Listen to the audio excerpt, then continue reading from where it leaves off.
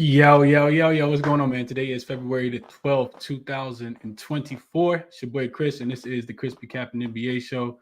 I'm live on Twitter and live on YouTube as well. If you guys are following me on Twitter, be sure to check me out on or X.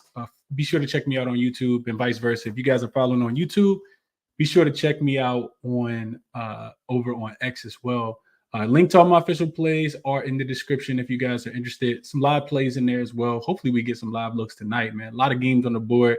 And I think sometimes the best way to bet the NBA is, through these live plays when you see how these teams kind of come out, especially if a team jumps on a team and you're like, this team's going to get a lead up.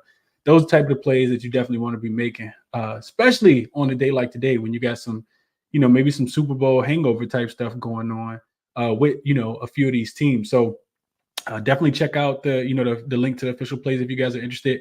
Also, the link to the OzJam promo code is in the description as well. Use code CBC. It'll get you 25% off your first month if you're interested in testing out the software that I think is the best on the market, that being the OzJam software. So we'll jump right into it, man. A bunch of games on the board for today.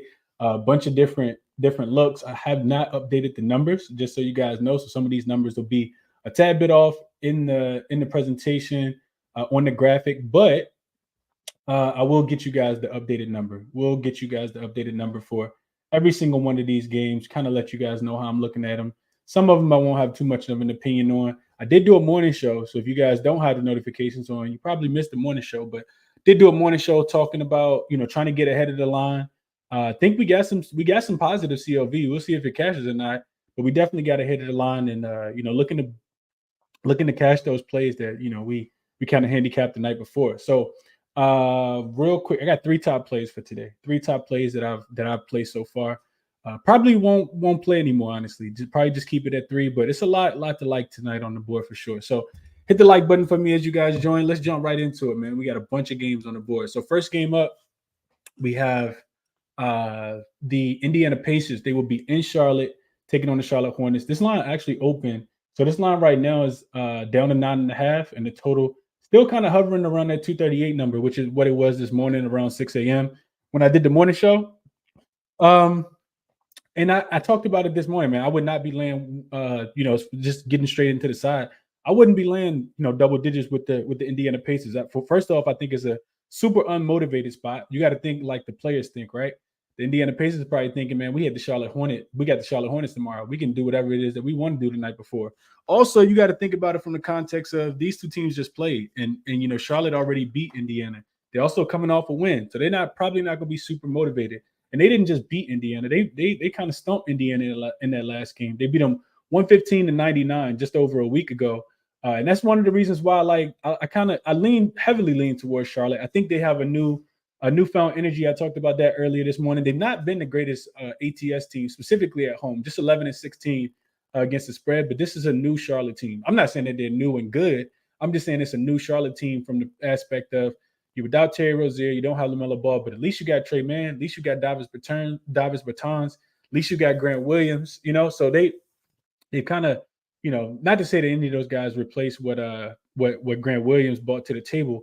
But I do think that Charlotte, is probably going to trend in the right direction, at least, for a couple games. So Indiana can score. There's a bunch of, favorable matchups like the Charlotte Hornets giving up the most points in transition, Indiana scoring the most points in transition. So I do think this is an over-type game, and I do lean towards Charlotte.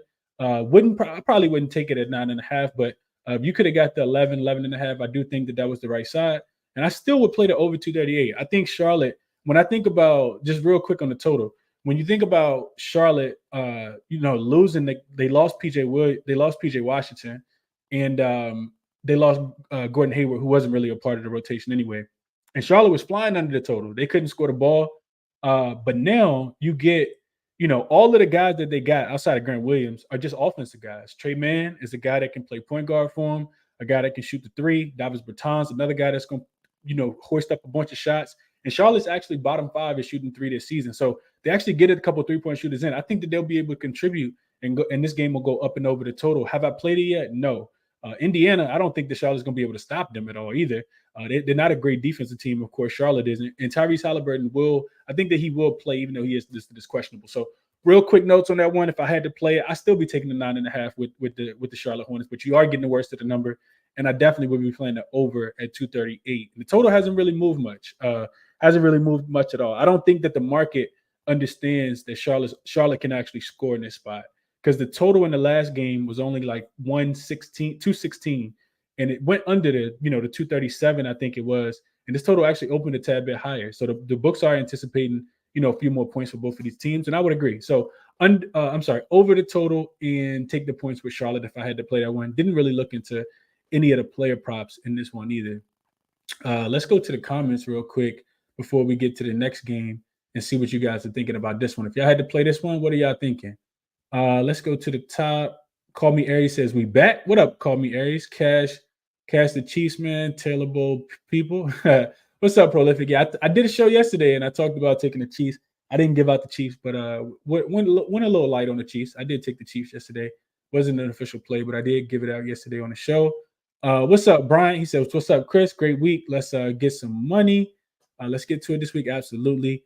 David says, no more Twitter spaces. I'm live on Twitter right now, David. I am live right now on Twitter. If you're checking in over there. Young Harlow says, hey, my man, hope all is well. I got my card, but it ain't letting me put a new card on YouTube for some reason. Gonna try to.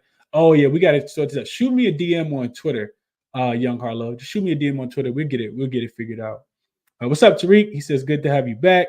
What's up, Malik? It's good to be back, man. Good to be back doing the evening shows. What's up, Jamie? This is back to regularly scheduled programming. Absolutely. What's up, SK? He said, it's let's cook. What's up, Jermaine? He says, welcome back.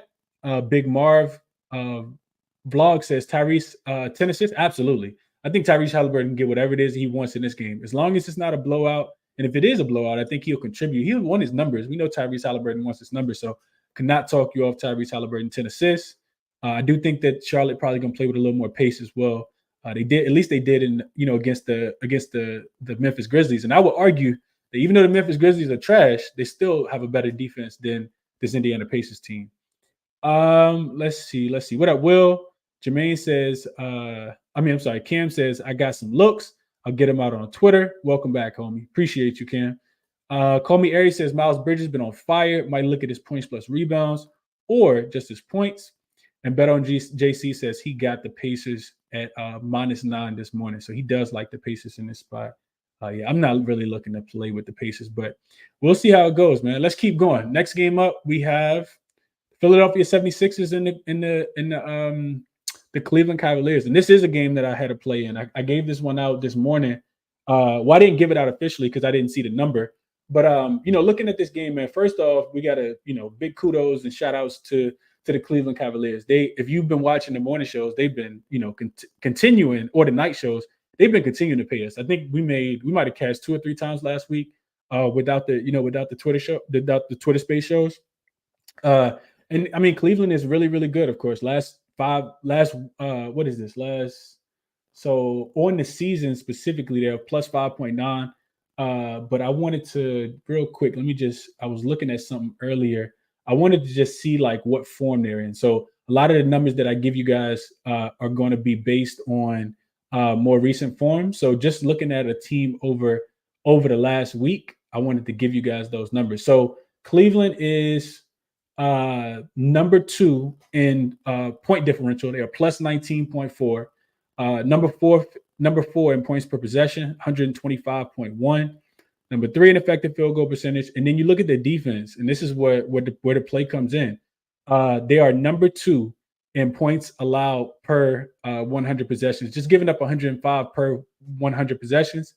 Number 4 in opponent effective field goal percentage, and number 1 in free throw rate. They're not fouling at all. You know what's really been hampering the Philadelphia 76ers in their offense? They're not getting foul calls because they don't have Joel Embiid. So this team is actually 28th in free throw, 18th in free throw rate. But their offense has really struggled, just 111.5 points per 100 possessions. Now, granted, they traded for Buddy Hield. Granted, they got Campaign now. But I just, they're last in effective field goal percentage over the last week as well, where they're just 1-3 against the spread. So I do think that they're going to struggle in this spot. Now, from a spot perspective, it's not the greatest spot for the Cleveland Cavaliers. You got them, they were on a road trip. just come off a game where they did cover against the against the Toronto Raptors in their revenge spot. We did have them correctly on Saturday in that game, but now they're coming back home. So not the greatest spot. They've been traveling kind of all over the place. I think 4 of their last 5 have been on the road. But I mean, at this point, I'm just riding with the Cleveland Cavaliers, man. I don't see a reason not to take them in this spot, and I do think that they can slow the game down when they want to. So I like the Philadelphia 76ers team total under in this spot. I think that the number that I gave out this morning, it was 109 and a half, the under for the Philadelphia Philadelphia 76ers. Their team total was under 109 and a half at a minus 115 on bet 365. I want to say, at least that's what I played this morning. Let me see if I can find that team total and let you guys know what the line is if people want to tail that one. Yeah, you still can get a 109, and it's actually a better number. It's 109 and a half on FanDuel at minus 110 right now. So you can get a better number than I got. So minus 109 and some 108s are still available out there. I just don't think that they'll be able to put it together for 2 quarters consistently. And those are my thoughts on this game.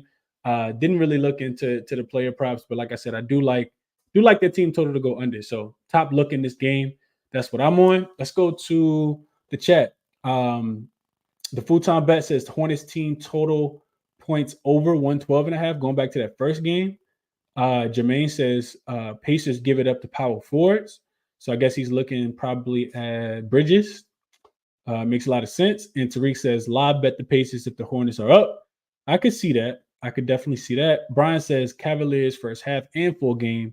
Any tell Philly under 110. Best of luck there, Brian. Hopefully we cash that. I think it's a cash. I think that's a winner.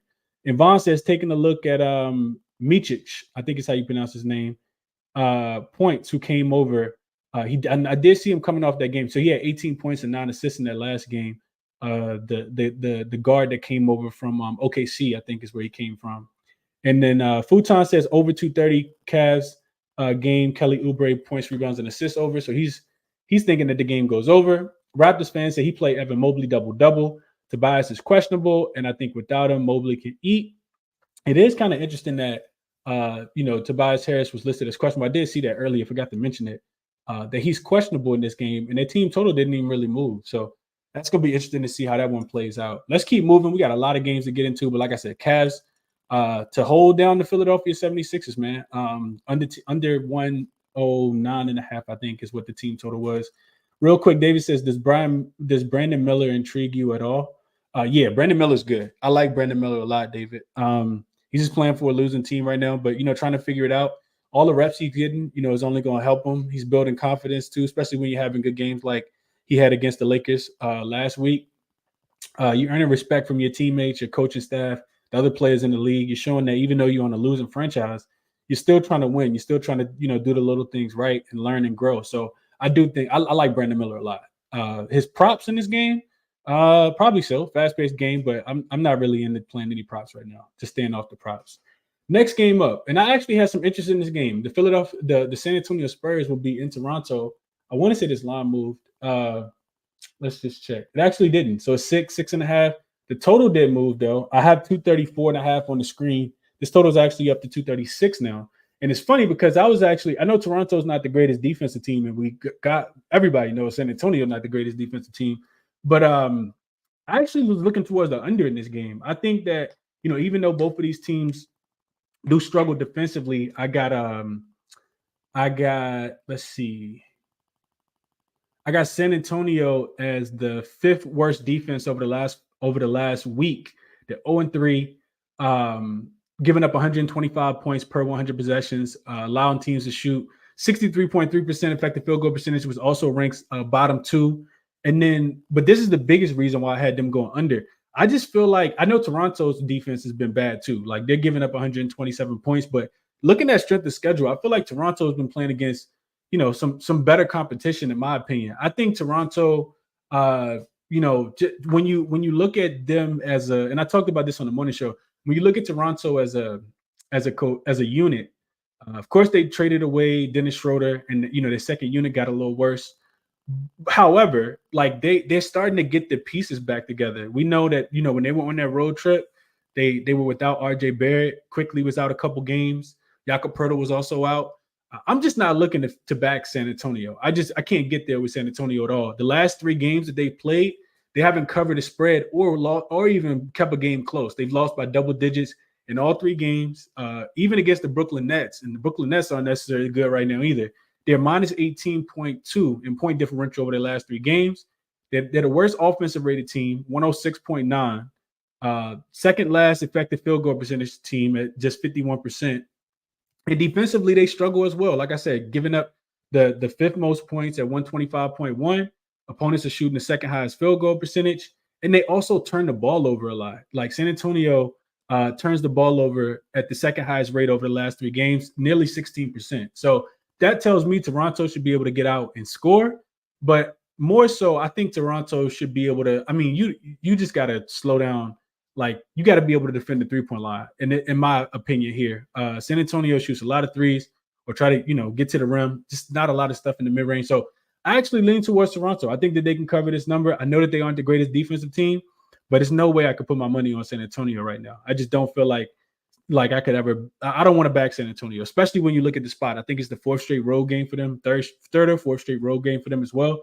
And if they haven't been covering, I'm not catching a falling knife with them to say that they're going to cover this one. So those are my thoughts on the game. Like I said, I lean towards the under more so just because, granted, both of these teams don't play good defense. Toronto, getting Jakob Poeltl back, I think that helps a lot. And I just kind of feel like I can't trust San Antonio to score points. Like I said, worst offensive rated team over the last 3 games as well. Let's go to the comments real quick. Vaughn says, Cavs defense has been great. Love that team total underlook. Also like Cleveland in the first half.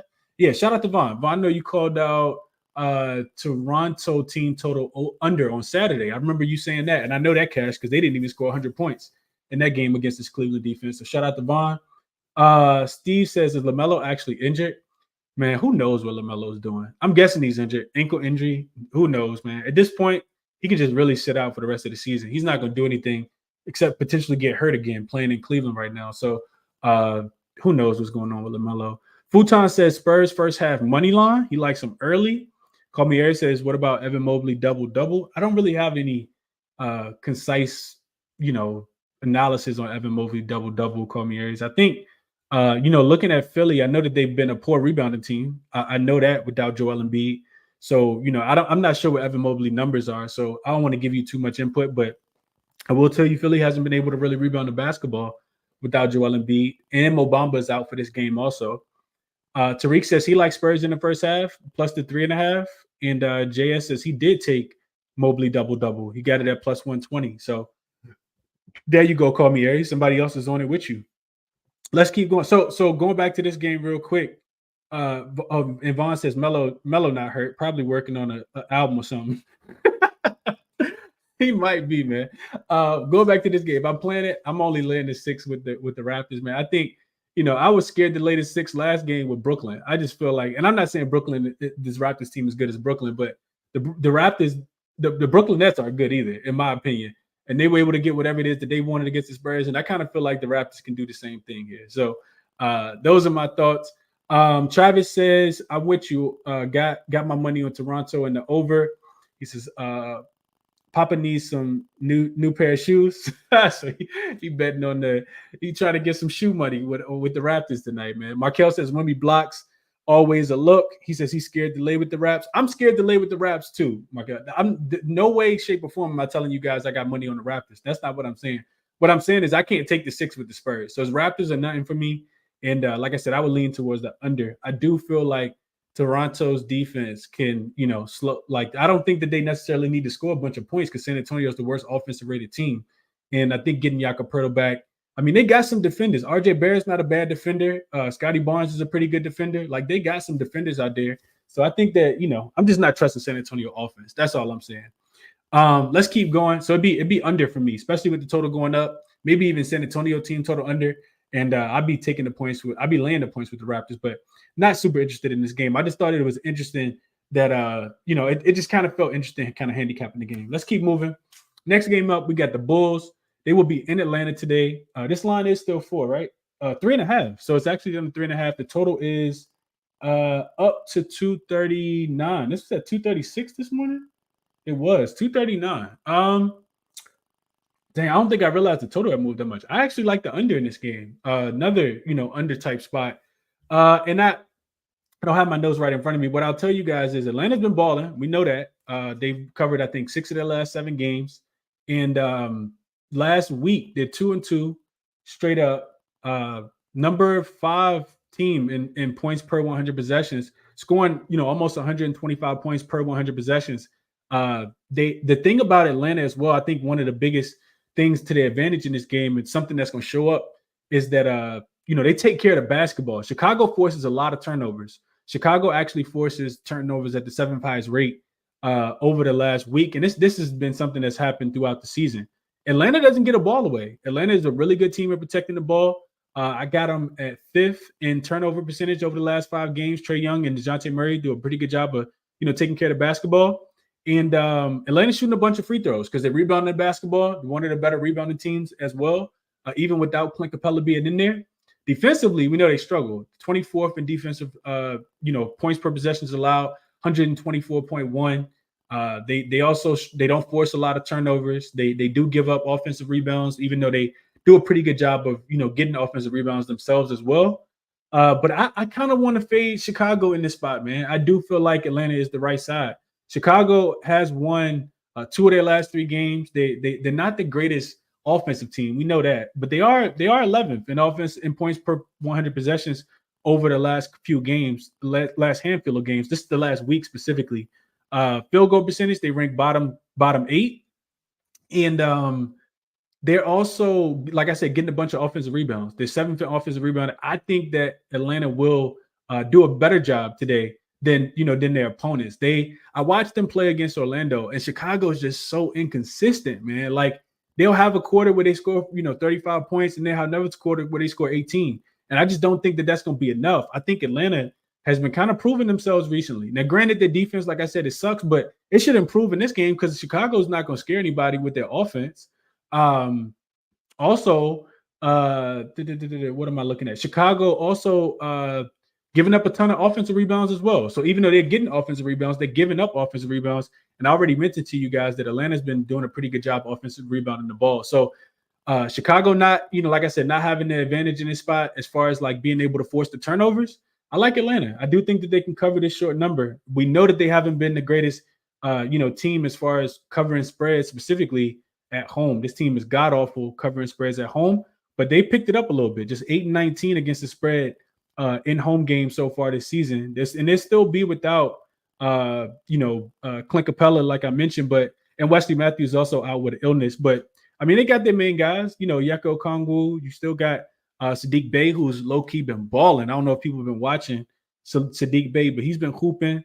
You still got plenty of talent. DeJounte Murray's still out there. I like this team a lot, man. I think Atlanta is, finally regressing to the mean, and they as they should be, because they started the season off, like I said, a little rocky, but they have won, 6 of their last 7 against the spread, and 6 of their last 8 straight up as well. So I like Atlanta in this spot. Haven't gotten there, but I do think I think Atlanta, especially with the money coming in on Chicago, I think Atlanta can win the game by multiple possessions. Let's go to the chat real quick. Also, I forgot to mention this. I see Young Crody mentioned it. Caruso also listed as questionable. That's big, especially when you got 2 dynamic guards in Trae Young and DeJounte Murray on the opposite side. Young Crody also said, he says, I'm also on the under. He likes the under 239. I just feel like Atlanta's playing a little bit better defense, man. These 2 teams did play. Last thing I wanted to mention real quick, these 2 teams did play back on December the 26th. That total was 238. And Chicago was getting they were 2.5-point dogs and won that game 118-113. So that game only scored 231 points, and now you got a total at 239. I feel like Atlanta has gotten better defensively. Chicago, one of the slow paced teams in the league. I feel like this is an under type game. Definitely something that I don't think I wrote this one down, but I know I talked about it this morning on the morning show, but I don't think I wrote it down. This is probably one of my top plays that I haven't put money on yet, is the under in the Chicago game. Something that I'm definitely interested in. So especially with the total going up, I'm going to just jot this one down real quick. Chicago, Atlanta, under 239. I do like that look a lot. May get there, may not. Tariq likes the Hawks in the first half. Could not talk you off there. Call Me Aries says Kobe White went 5 for 21 in a game they really needed him. So I can see him having a bounce back. He likes his over points, rebounds, and assists. That could be a good look. Brian says he likes the Hawks in the first half. They've been playing well, but after the Super Bowl Sunday, all these teams got to be a little leery. I can see you. It's one of the reasons why I went kind of light, man. Bunch of spots on the board. Like I said, I only played 3 plays. Malik said, yeah, they just look tired, man, especially White. Could fade them the rest of the week. Kobe White has been having to carry that offense a lot. Vucevic and DeRozan been doing a lot of the heavy lifting. Vaughn says Tobias Harris is out. Mo Bamba is in. Caruso still questionable. Appreciate you for shouting that out, Vaughn, because I'm definitely not able to keep up as I typically would. But I do appreciate you sharing that information. Yep, Mo Bamba in. And I saw Mo Bamba out. He wasn't even listed as questionable. That's crazy. Tobias ruled out. That should be good for that under. We'll see how it goes. Let me just jot this down. Okay. All right, cool. Just wanted to jot that down. And then I think that's all we got here. What else? Vaughn also says Sadiq Bey been playing like he wants a new contract. I would agree with that. Tariq says he likes the Bulls under 118.5. He says he did not see them scoring that many points tonight. Crazy to think people betting on Atlanta to play defense, but that's what Atlanta's kind of shifting into. Tariq says he heard that Caruso was in a shoot around. What's up, Tasha? Appreciate you for tapping in, Tasha. She says, I'm so late. No worries at all. And Buffalo says, good to catch you. Good to catch your show again, Chris. Not sure if you went over the Hornets game, but he loves Brandon Miller over 1.5 steals and blocks. He says he cashed the last 5 out of 6 at even money or better. Okay, a good call out there, Buffalo. I hope you cashed that, my brother. Brandon Miller to get at least 2 steals and blocks combined. Okay. All right, let's keep it moving. In this game, I'm only looking at, like I said, I'm looking at laying the 3.5 with Atlanta and towards the under 239. I do think who called it out? Malik said the Bulls team total under 118.5. I could also see that getting there. Also, we got to remember Atlanta went into Chicago went into overtime in their last game against Orlando the other day. So playing off 1 day's rest and overtime, typically a spot that affects your offense a little bit more than your defense, even though they did have a day off. And last comment, Colin says, love DeRozan under 25.5 points in this spot. Should see Jalen Johnson tonight. Makes sense with the under. He says Atlanta has been defending the mid-range very well recently. And Vaughn says he got a DeRozan under 25.5. He likes as well. He says the line is usually 22.5, so a little inflated. Went over in 2 of the 3, but overtime in those 2 games. Counting regulation, only he's under this number in 14 of his last 17. Good homework there, Vaughn. Appreciate you sharing those numbers. So DeRozan under and full game under is what it sounds like we're liking here. And I could only agree. So next game up, and this line has changed. I did not get a chance to update this one. We got the Knicks. They will be in Houston tonight. H-Town. Laying 3 points as a road favorite. Total in this one, 221. Hasn't really moved a lot at all. You guys see 220.5 on the screen. So last week or so, the Knicks have, kind of been the walking wounded. This team has really, really struggled to score the ball, really kind of struggling to defend the ball now without OG and Anunoby. Is kind of catching up with them.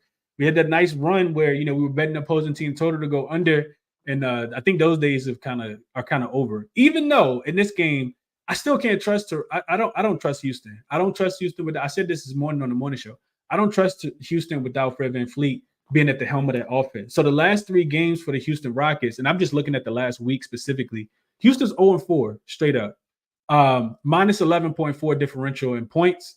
They're 29th offensively at a 107.7 points per 100 possessions. 27th in effective field goal percentage, 29th in turnover percentage. This is why I can't take the points with Houston. Typically, you want to take the points with the home dog, but the rate that they're turning the ball over at the second highest rate over the last week. 29.6. The only team turned the ball over more, I just talked about them, the San Antonio Spurs. So, those reasons would kind of make me want to look towards the Knicks. Also, looking at this Toronto team, they're also giving up their last defensive rating, 127 points per game in their last 4 games per 100 possessions is what they're giving up. They're also the worst offensive rebounding team. They're giving up 30.4% offensive rebound numbers over the last 4 games as well. So, I mean, all of those things make me I just can't get there with taking Washington. I'm sorry, taking Toronto. Toronto can't get there with taking Houston. Grabbing the points with them. The Knicks have not been good either. -7 in point differential, just 1-2 in their last 3 games. Offensively, they are ranked 13th, and defensively, they really struggled. 27th, giving up 126.1 points per 100 possessions. 30th, so dead last in effective field goal percentage. And Houston plays a little bit better at home. We know that they've been one of the better covering teams at home this season. What is that number for Houston as a home favorite? They are real quick, not even home favorite, just at home in general. They are coming off the home off the road trip. They are. This will be their first game back home. Houston is, what's the number? 17-9-1 against the spread. However, you don't got Fred VanVleet, you don't got Cam Whitmore, and Sengun is still listed as questionable. So pass for me on this game. It's the same thing I talked about earlier. I did do a little bit more deeper diving into this game, but I think it's really difficult to play without Sengun. If Sengun is in, you got to like Houston a little bit more. But also Isaiah Hartenstein listed as questionable as well. So a lot of conflicting things in this game. I'm not on either side at all. Let's go to the chat real quick. Jose says, your Chicago Bulls. Not my Chicago Bulls, Jose. I don't really back the Bulls too often. Not looking to back them tonight either. SK says Dean Wade out. He's a key part to the elite Cavs defense. I think they can get it done without him. SK, we'll see. Tobias Harris also out. So that should be, less defense and less offense for them as well. We'll see how that goes. Dante says he likes the Rockets team total over 109.5. He says the Knicks defense fell off a cliff. The Rockets play with pace, but he wants Sengun to be in. That makes a lot of sense. I could see this being an over game, and I'm not into taking overs with the Knicks. Definitely not into taking over with the Rockets, especially without, all of the pieces that's missing. Like this game to me feels like a puzzle. Like y'all ever put together one of those 500 to 1,000 piece puzzles? I used to do them during the pandemic. Feels like a puzzle, like one of those big puzzles with about 30 pieces missing. So you can't put it together. You got Hartenstein out. You got Hartenstein questionable. No OG Anunoby. No Jalen. No Julius Randle. Then on the opposite side, you got Fred VanVleet. You got Sengun questionable. That's what this game feels like to me. So no play for me.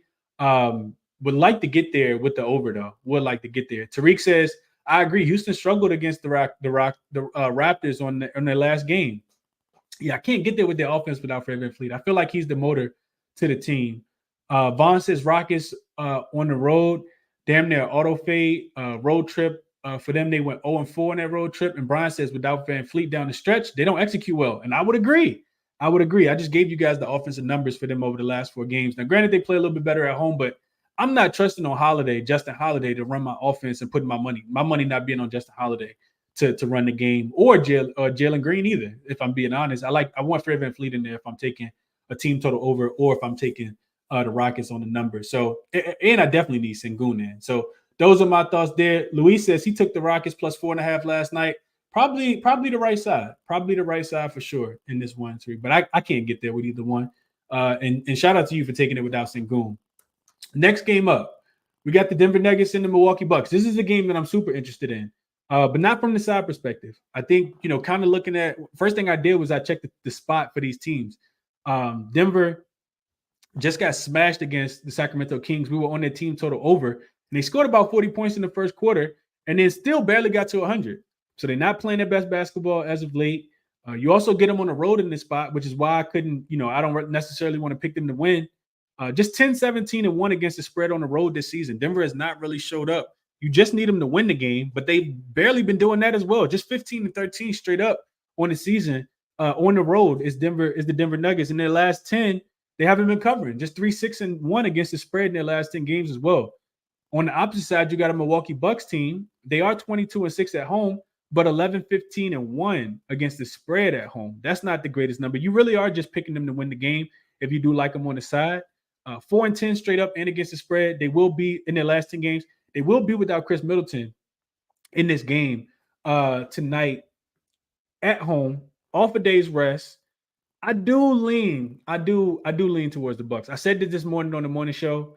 I don't really like fading Denver. I kind of feel like Denver, if they can go into Boston and win that game, they can.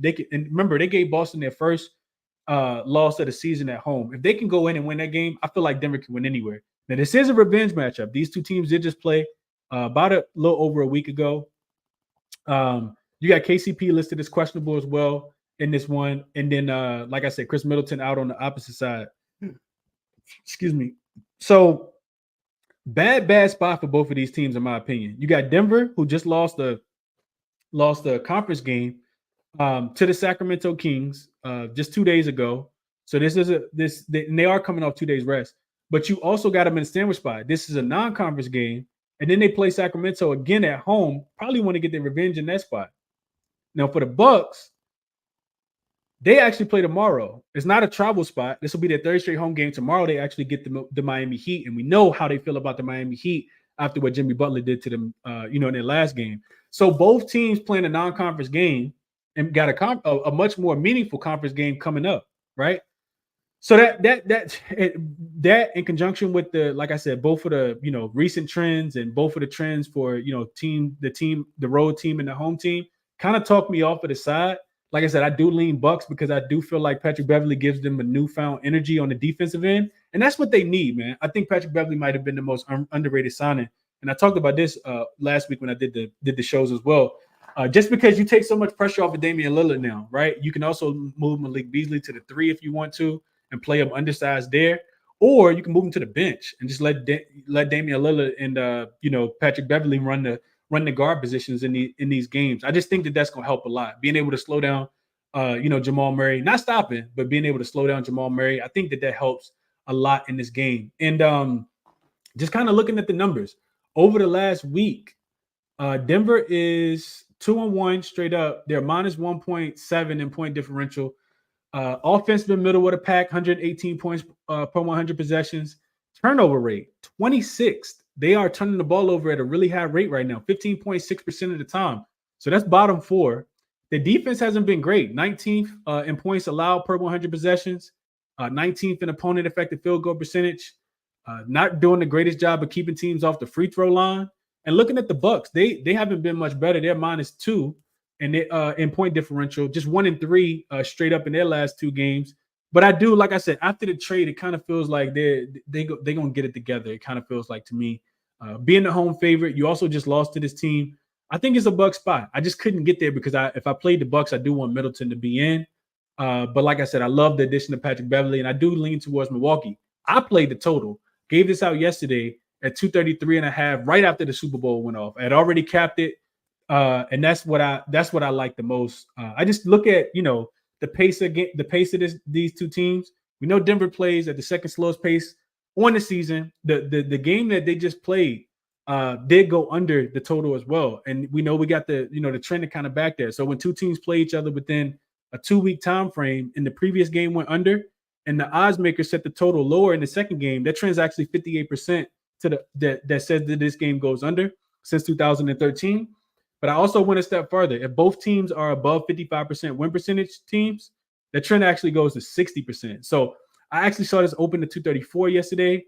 Before I could get to the number, it was already down to 233.5. And I think the best number you can get right now is 220. God, I didn't know I got that much CLV. Hopefully it cashes, man. 229.5. So we got 4 points of value here. Denver is 14-7 to the under. That's 66% when they're road favorites. I think Patrick Beverley helps the defense. Chris Middleton hurts the offense. Denver, like I said, playing at the second slowest pace. They're 5-3 to the under when they're playing road games with a 3-point spread, whether they're favored or dogs. And I also looked at Milwaukee. They own the 8th best defensive efficiency rating when they're playing against a top 10 opponent, and Denver actually owns the 10th. So I did play this game to go under. I don't know if I touch it right now, 229.5. This morning on the morning show, I did say that I like this down to about 230. I didn't think that it would touch 229.5, but I do see this game being, I think the last game was like 113 to like 107 or something like that. So it only reached 220 points, and I think about 223, 224 is where this one goes as well. So I did play the under in this game. My favorite play on the board. Let's go back to the chat real quick. And I do, like I said, I do lean towards the Bucks. I talked about that this morning as well. just didn't like it as much without Chris Middleton. I think that you kind of need him in the spot. Derek says he laddered Bobby Portis threes. He's seeing a bump in usage and minutes, even with Brook Lopez being bad. Okay. Not something I've been paying attention to. Brian says that the Nuggets are a little banged up with Milwaukee, needing every victory. I gotta look their way. Yeah, that's something to mention. I won't go into it too much, but the Bucks are the Denver Nuggets are, I want to say, like a game or half a game out. So a lot could change tonight because OKC won yesterday. If Denver wins today and Minnesota loses, that could change a lot going into the All-Star break. So teams, I don't think the Denver Nuggets thought that they would have to struggle as much as they not struggle. I don't think that they thought that these young teams, the Oklahoma City Thunders of the world, the Minnesota Timberwolves were going to be coming out and playing so hard and, playing so well at the beginning of the season, but that's what we saw for sure. So, both teams kind of need to win. I think both teams need to win. That's enough for me to kind of stay off it. But I do, like I said, I would lean towards the Bucks for sure. Did the line move at all? Let's see. It's pretty much a pick. You can get either or. You can get Denver -1, or you can get a pick. So money coming in on the Bucks, it looks like in this spot for sure. And that's the way I'd be looking as well. Derek says they're also one of those few teams with 3 games this week, and they're set to play the Heat tomorrow, where I think Brook has a better matchup versus the zone. That's a good point. That's a good point. Darren says he's on the Bucks. Tariq says Nuggets as a pick'em against the Bucks, half a unit on the Bucks. He likes the Bucks. Vaughn says he's taking Brook threes, averages 6 attempts per game versus Jokic. Also, last 5 games, he's averaged 8 attempts per game. Potential ladder spot here for him. What's up, Itachi? Appreciate you for tapping in as always, my brother. Hope everything is well with you. Itachi has a trend for us as well. He says, since 2019, when you have at least 1 day of rest, your opponent has 1 day of rest, and you're playing a non-conference game, your road favorite, so he's talking about the Denver Nuggets, and your win percentage is above 50. So a good road favorite that's rested playing against a non-conference opponent that's also rested. Excuse me. Let me see if I can pull that up real quick. Not trying to slow the show down. I'm just interested to see what Itachi got. Typically, he got some pretty good trends for us. Let's look at this real quick. So season greater than or equal to 2019, and your rest is greater than 1. And your opponent is also rested greater than 1, and not conference, and away favorite and win percentage is above 50. Let's see what we got. God, 19-1 straight up, 18-1-1 against the spread. Says the back to Nuggets today. Says the back to Nuggets. 19-1 straight up. Wow. 18-1-1 against the spread. So maybe it is a Denver spot. I couldn't bet against Denver. I do want to bet against Denver, but like I said, not enough, too conflicting for me playing this game. I think it's more of a Buck spot, but we'll see. We'll see how it goes. No strong opinion for me. Do appreciate you for sending this trend out, Itachi. That's a hell of a trend. Dante says Bucks find enough time to get a practice in since getting Doc. I think that helps. We've seen that help a lot in the past. What's up, Sharon? Appreciate you for tapping in. He says, what's up to the chat family? Luis says, give him the Bucks. Tariq says, what did you get the total at, Chris? I got it at 233.5, 2 minutes after the Super Bowl went off last night, Luis. I mean Tariq. And that's when I sent it out. Let's see. Mr. Nice Guy says, this game reminds me of Bucks versus Boston, and the Bucks blew them out. Absolutely not, Mr. Nice Guy. That was a Celtics spot where they won the second leg of a back-to-back. They had played around with the Timberwolves for trying to keep their home winning streak alive. That's totally different than this one, in my opinion, Mr. Nice Guy. I think that's totally different. That was also a conference game. I couldn't disagree more with that one. But those are just my thoughts. You're definitely entitled to your opinion, my guy. Vaughn says Nuggets is as road favorites this season, only 7-13 against the spread.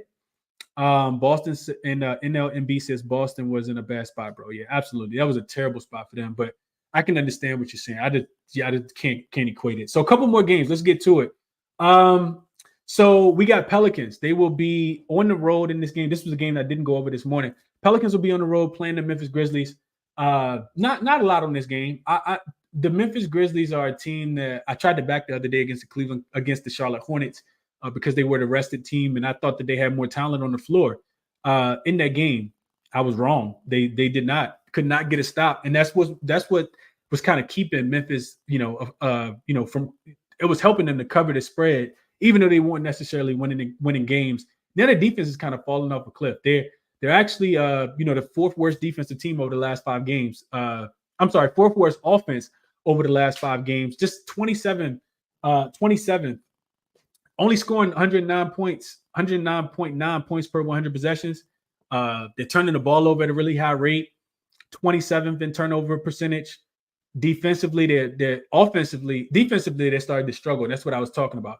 28th defensively. They were keeping those games close, and you could bet on them going towards the under, just because they were playing such good defense. Now, their defense has really struggled. They couldn't even stop the Charlotte Hornets team the other day. 28th defensively, last 5 games, allowing 126.5 points per 100 possessions. Opponents are shooting 62.8%. That's 27th in effective field goal percentage. And they're also getting out rebounded on the offensive glass. 27.6% is their opponent offensive rebound percentage. So, Pelicans should turn up in this spot. I know it's the last game of a road trip for them. They did get a nice cover. They got smoked against the Lakers. They've been so inconsistent. That's why it's so difficult for me to back them. They got smoked against the Lakers in a game that they should have won. The Lakers won the second leg of the back-to-back after losing to Denver. Then they go to Portland. Portland's shorthanded, of course, but they hold Portland to like 79 points. So, the Pelicans are a really difficult team. They are, however, second in offensive rating over the last week, 3-1 straight up. Second in offensive rating, 5th in effective field goal percentage. Their defense is 8th, giving up only 114.5 points per 100 possessions. And they're forcing a lot of turnovers as well. And they're doing a pretty good job of keeping their opponents off the free throw line, not fouling at all, just from what I'm looking at a glance right now. Also a double revenge spot. We know that Ja Morant played in those first 2 games, and he turned up on them boys. Beat them in both games. If the Pelicans are, any kind of a real NBA team, they should come out here and want to smoke the boots off of this, Memphis Grizzlies team. That's the only way I'd be able to look. Did I play it? No. Spread, opened. It looks like it opened at about 9, up to 9.5. Total going down. Maybe it's just the Memphis Grizzlies team total to go under. I think they will have Jared Jackson Jr., who played in that last game. But that's the only way I would be able to look. Not interested in putting my money on Memphis at all in this spot at all. And it doesn't look like the chat has any opinion on this game because I don't see any comments. We're just gonna keep it moving. I'm not even sure if Zion's gonna play, but it really shouldn't matter. He didn't play in that last game against the Portland Trailblazers, and I would argue that the Portland Trailblazers are better than this Memphis Grizzlies team. So as long as they're not, overlooking this team, and how can you overlook a team in a double revenge spot? They should absolutely come in here and throttle this Memphis Grizzlies team. I think it should be, a trifecta spot. First quarter, first half, and full game. They should smash Memphis in this spot. And this is one where if Memphis catches up, I wouldn't say catches up, but if Memphis starts this game off hot, I will be fading them live. Definitely looking to fade them live. One thing I wanted to check real quick was I wanted to check offensive efficiency over the last 10 games. Specifically in the fourth quarter, I feel like Memphis has really been letting go of the game. Even when they've been playing hard, they haven't been able to. It's not sustainable for 4 quarters. So let me just check something real quick, and then we'll keep it moving. But I wanted to look at their advanced numbers real quick in the fourth quarter. So Memphis is the 3rd worst offense in the fourth quarter over the last 10 games. They're minus 15.4 in net rating, and defensively, they also rank bottom 6 as well, giving up 121 points per 100 possessions. Like I said, a minus 15. Also playing at, 95? Bottom 10 pace as well. So yeah, maybe, like I said, if this game is, resemblance of close, you just take Memphis, you just take, the Pelicans to get the job done. They should want to come out here and smash them in this spot. Wu Reza says double revenge game for the Pels. He says he's on the Grizzlies team total under. They should not overlook them. I agree. He's also leaning first half for probably the Pelicans in this spot as well. I think all of those are really good looks. It'd be Pels or nothing for me in this spot. Not a game I was super interested in playing. Like I said, the Pelicans are a super iffy team, man. Like they just, man. I don't know what to say about them sometimes. All right, next game up. We have the Washington Wizards. This line is still at 13.5 on the screen. It is not 13.5. It's down to 11.5. So money coming in on the Washington Wizards in this spot. And it makes sense from, just from a betting perspective. The Washington Wizards have been, ATS Cup. They've been ATS darlings when they're road dogs, not necessarily for the whole season. They've struggled to cover those numbers, at home. They just lost to the Philadelphia 76ers. They didn't cover that number, lost that game by 6. I think they were catching 5.5 at home. But on the road, the Washington Wizards are actually 16-8-2 against the spread. And they've been dogs majority of those games. And you look at Dallas, they haven't really necessarily been covering as home favorites. On the season, they're not profitable in that spot. And then just against the spread at home in general, just 12-16 against the spread. So it makes sense why the money's coming in on Washington in this spot. But not a game I'm super interested in laying. These big numbers don't really motivate me at all to want to be interested in the game. The Wizards played a really good game against the Boston Celtics on Friday night, and that we all remember that game going over the total. They were able to score in that game. So is Dallas really motivated? I mean, Dallas looked great against OKC on Saturday. Was that game on Saturday? Yeah, that game was on Saturday. Scored 146 points. Maybe it's just the Dallas team total to go over. We know that the Wizards like to play with pace. This Dallas team total is probably something like 248 divided by 2 is 124. Add 5.5. Probably like 130. That's crazy. That is 130. That could be the look. Maybe you look towards the Washington Wizards team total to go under. I'm not sure what to do with this game. Dallas has been playing a little bit better defense over the last few games. And the other thing about Dallas is their first in offensive efficiency, 130.6 in their last 4 games, 4-0 straight up and against the spread in that spot, plus 22.2 in point differential, not turning the ball over, third lowest turnover percentage, and they're forcing a lot of turnovers. Well, I'm sorry, they're not forcing a lot of turnovers, but they are number 4 in points allowed per 100 possessions, just giving up 108.4 per 100 possessions. So all of the numbers kind of point to Dallas. But I just can't lay 12. It's too many points for a backdoor cover. This is a game where Luka and Kyrie might get a triple-double. Interested to see. I didn't really look into I did. I did see that. So Lively's still going to be out, but we know that Daniel Gafford is going to be the backup center, and their additions actually played really, really well against OKC. For people who had the chance to watch that game, PJ Washington came in, looked like he fit really, really well. Daniel Gafford doing what he did fit really, really well. So I think Rashad Holmes is going to be in for this game. Marvin Bagley doesn't look like he's on the injury report, which should help Washington being able to rebound the basketball because he has missed the last, I think, 2 games. So yeah, I don't know what to do with this game, man. I'm off of it. Like I said, too big of a spread. But if Dallas dropped 150, wouldn't surprise me at all in this spot. Would not surprise me at all. Let's see what you guys are on in this one. A lot of different ways you can play this one, I think. Let's see. Jamie says Daniel Gafford points and rebounds. He's got 19 points and 9 rebounds in 17 minutes in his debut with the Mavs against the Oklahoma City Thunder. Going against the Wizards today in a get-back spot, most likely with Deni Avdija defending them. If they put Deni Avdija on Daniel Gafford, that's crazy. Raptors fan likes the Wizards team total to go under. Young Crody says he's also on the Wizards team total under 117.5. I can see this getting there.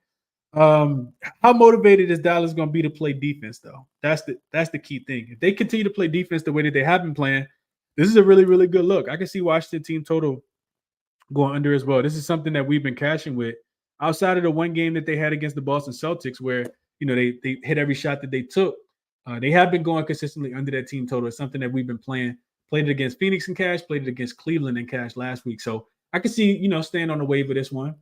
NS says Daniel Gafford going to cook his old team. Jabari says he's going to do the Mavs team total, but it's at 129. That's ridiculous. Yeah, you got to play the premium to fade the Washington Wizards for sure. Cody says Washington team total under been hidden for me.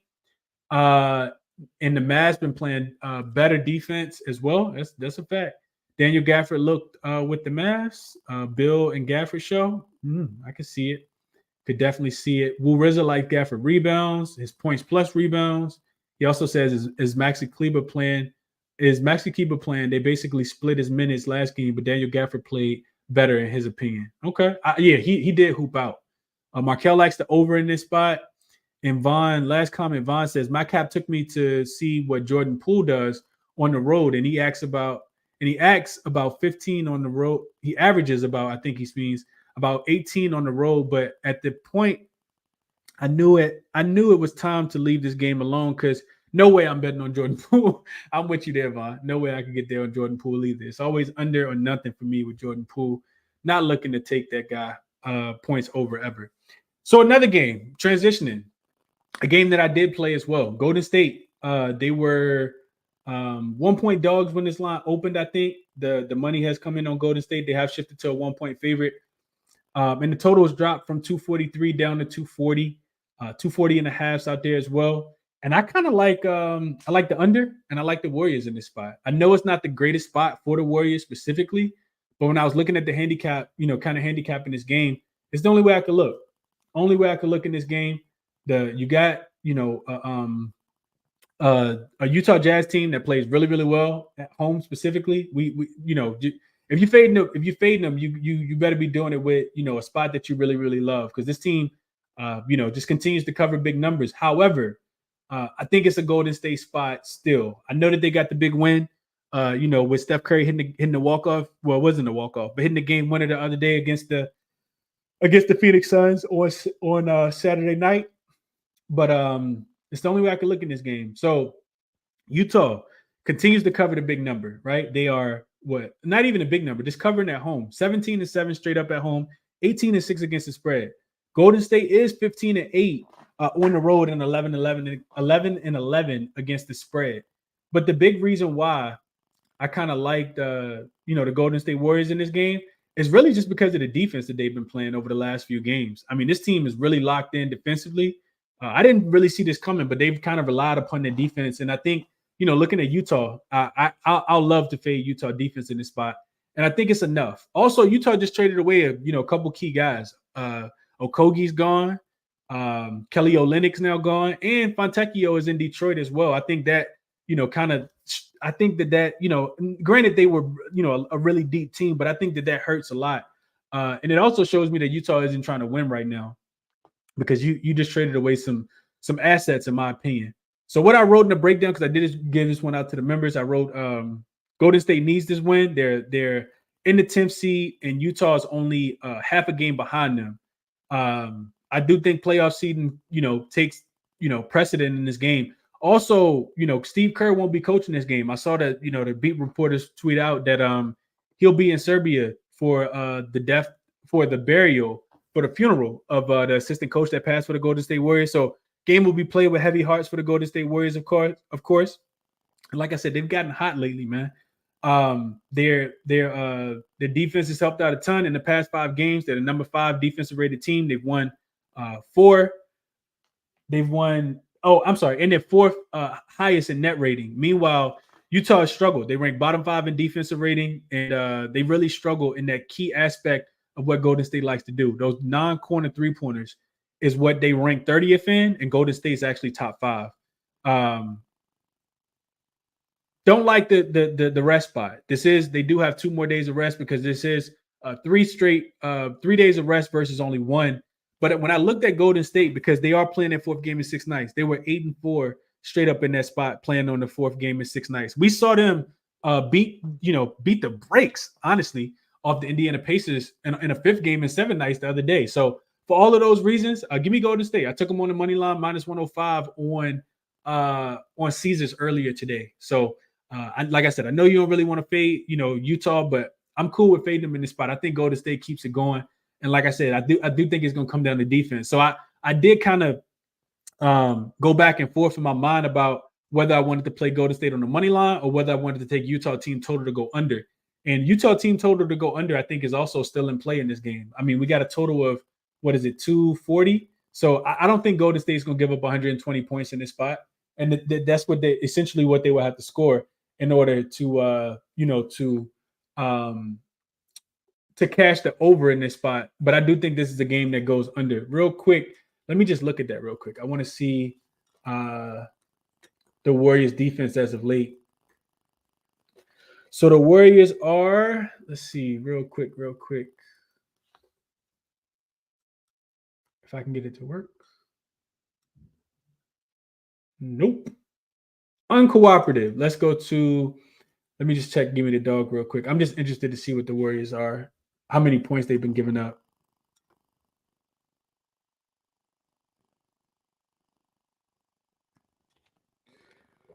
So the Warriors they allow 112 to the Phoenix Suns, 109 to the Indiana Pacers, only 104 to the Philadelphia 76ers, 98 to the Nets.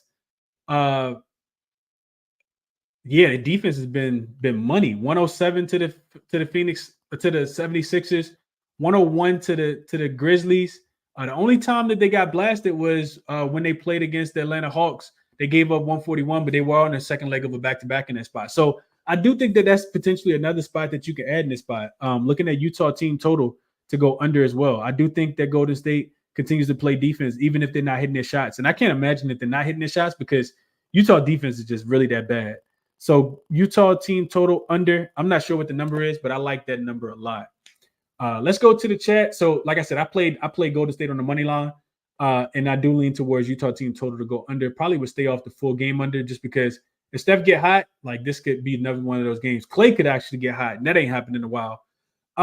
Let's see. What are we looking at in the chat here? Let's see. Christopher says we talked about the Bucks game. Yeah, we did talk about that game. Vaughn says not taking any Mav role players till I see what the minutes look like. That makes a lot of sense, Vaughn. I could agree with that. Mr. Nice Guy says he likes the Warriors in the first half on the money line. Let's see. Mr. Nice Guy also says Jazz might use altitude against them in the second half. I think, looking at when I didn't mention this, but looking at the game, a little bit deeper. I didn't want to mention everything, but I did look at the head-to-head splits. Golden State did beat Utah.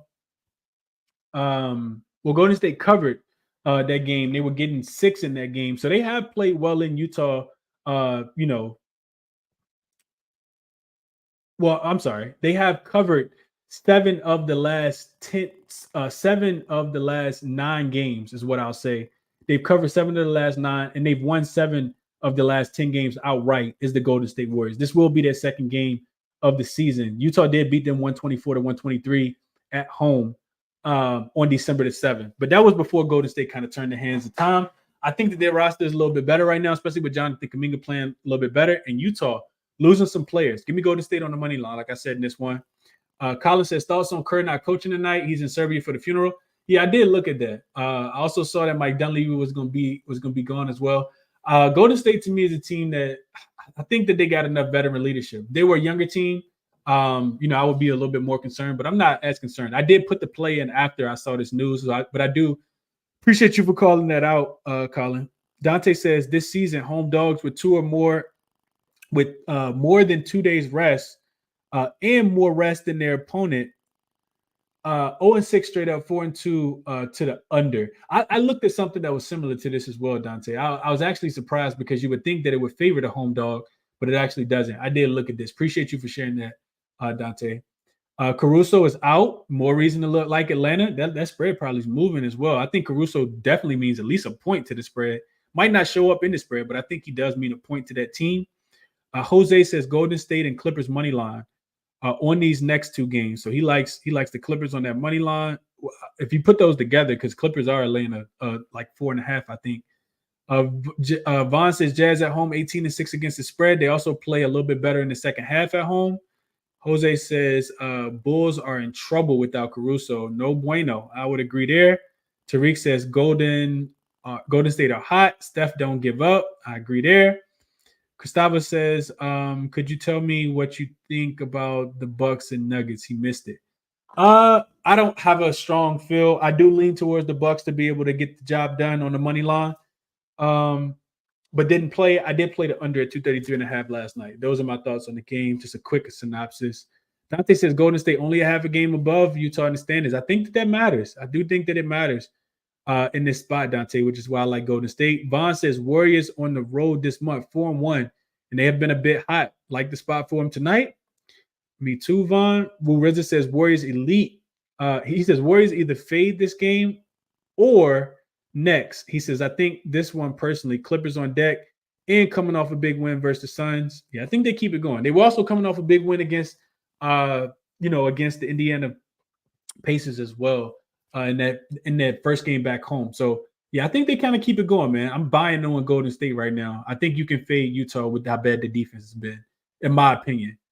The other Vaughn, he says Valanciunas over 9.5 rebounds over in three games versus the Grizzlies with 14, 13, and 12. The Grizzlies allowed the second most rebounds to centers over the last 2 weeks.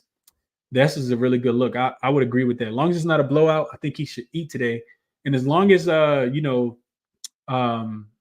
Coach Willie Green don't take him out of the game for Larry Nance Jr. or something, because they've been running Larry Nance Jr. at the center, the backup center a lot as well. All right, so let's get into the last game, maybe the game of the day. We got the Clippers. They will be at home laying 4.5 points, right? This number's still 4.5? Yeah, 4.5. Total did come up from 222 all the way up to 224 and a half. And I'm not sure why you guys see 233 and a half. Pay no attention to that total. I must have just put that in wrong. Yeah, instead of putting 223 and a half, I put 233 and a half. So my apologies there. This total is 223 and a half. If it was 233 and a half, I would be going to smash the under. So in this game, I don't have a strong opinion in this game. I do think that, it is a revenge spot. That was one of the first things that I looked at for the Minnesota Timberwolves. They did lose that game just a couple weeks ago when they were in Minnesota in that game. Let's see real quick. Let me pull those numbers up. I want to give you guys the specifics. So 109 to 105. That game went under the 225. You see this one open up a little bit lower, even though the total is getting pushed up. I kind of like the under. I know that these teams have been playing pretty well offensively. Both teams, I think, are ranked top 5 offensively over the last 5 games. Real quick, let me just make sure I can validate that. So Minnesota 3rd rated offense over the last 5 games. Over the last week in general. Offensive rating of 125 and a half. Excuse me. And then you got the Clippers, who are actually 17th in points per 100 possessions. Just 117.9 is not necessarily a bad thing. They're 1+4 in point differential. Turnover, offensive rebound rate, they are giving up a ton of offensive rebounds. I'm sorry, not giving up a ton. They're not getting a ton of offensive rebounds. Actually, the worst team at getting offensive rebounds over the last week, Minnesota. They are pretty good. 9th best offensive rebounding team. They're shooting the 8th most free throws over the last week. 3rd in points allowed per 100 possessions. 3rd in opponent effective field goal percentage. Not forcing a lot of turnovers, and they are fouling a lot. The 5th most fouling team over the last week. This is a difficult game, man. I kind of want to get there with the Clippers. I'm not sure. Did anybody see about – y'all let me know if y'all saw anything about Norman Powell. He did leave that game against Detroit the other day. He caught a mean elbow to his face from Jalen Duren, and blood was just gushing everywhere. I'm not sure if he was in the concussion protocol. I didn't see his name pop up on the injury report, but to me, that just doesn't make a lot of sense. I would have thought that he was at least on the injury report. I think that, and I'm guessing he plays because I didn't see him, listed as injured. But Jaden McDaniels is listed as questionable with a finger injury. It looks like he's going to be a true game time decision. I think that that's humongous for this team. They really, really need, his defense, because you're going against elite offensive perimeter players like Kawhi Leonard and Paul George. You're going to need them. And the Clippers been playing a little bit better at home. Minnesota has been turning up, in their last few games as well. But this is one where I know that the total's going up. I still kind of lean towards the under. I think this game has a lot of great, implications as far as standings in the Western Conference. And I just want to pull that up real quick. It does. So if the Clippers win, they'll have sole possession to number 1. They'll be 36-16. Whereas if Minnesota loses, they'll be 36-17. So this is for number 1 position in the Western Conference and potentially going into the All-Star break. Some of these teams have 1 to 2 games left. So I do think the Clippers take the game serious, but I'm not counting out the Minnesota Timberwolves. They haven't been the best team on the road specifically, but they kind of put it together against the Bucks in that last game. So I guess I kind of lean towards Minnesota. I'd be taking the points, thinking that this could be a one possession game, either way. And I definitely lean towards the under. I do think that both of these teams come in and play really good defense here in this spot. So it'd be Timberwolves for me plus the 4.5, even though they are on the road. And it'd also be the under 223, 224, whatever you can get that number in as well. Let's see what you guys are saying in the chat here.